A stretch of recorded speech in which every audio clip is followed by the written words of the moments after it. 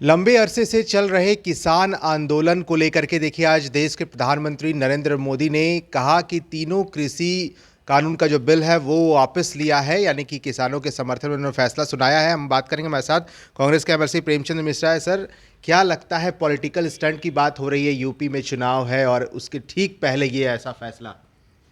बिल्कुल, ये देर से लिया हुआ फैसला है।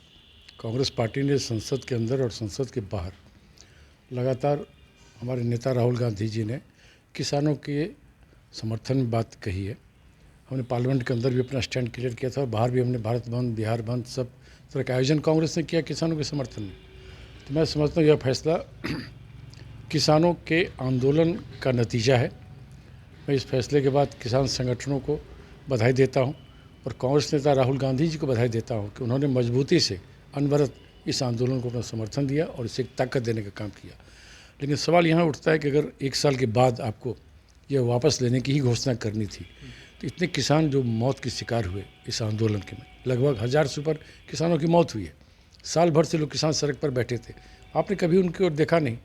अब चूँकि आपको उत्तर प्रदेश और 4-5 राज्यों के चुनाव हैं जहाँ बीजेपी को लगा कि हार तय हो गई है, इसको ध्यान में रख के आपने किया है। मुझे अभी भी प्रधानमंत्री के मंशा पर संदेह है।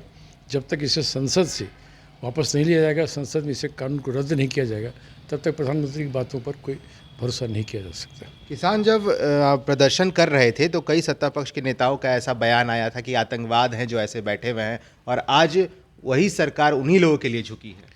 आप समझ लीजिए, इसका मतलब बीजेपी सरकार आतंकवाद के समर्थन में झुकी है।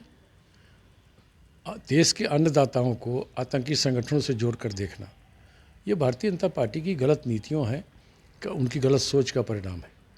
लेकिन सत्ता में बैठे लोगों को कभी भी जिद और हठधर्मिता पर नहीं टिकना चाहिए, लचीलापन होना चाहिए। देश के अन्नदाता किसान उसे काले कृषि कानून मान रहे हैं, आप नहीं मानते थे, तो आज वापस क्यों ले लिया?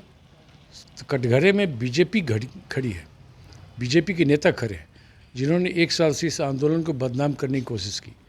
तो आखिर आप वापस लेने पर क्यों मजबूर हुए? मैं समझता हूँ ये भारतीय लोकतंत्र की जीत है, किसान संगठनों की जीत है और राहुल गांधी जी की जीत है। तंत्र मंत्र के बादशाह, भारत के जाने माने सर्वश्रेष्ठ गुरु खान बंगाली, मिलेगा हर समस्या का समाधान गारंटी के साथ। मेरी बेटी की शादी के लिए बहुत से रिश्ते आते थे, पर कोई न कोई अड़चन पड़ जाती थी।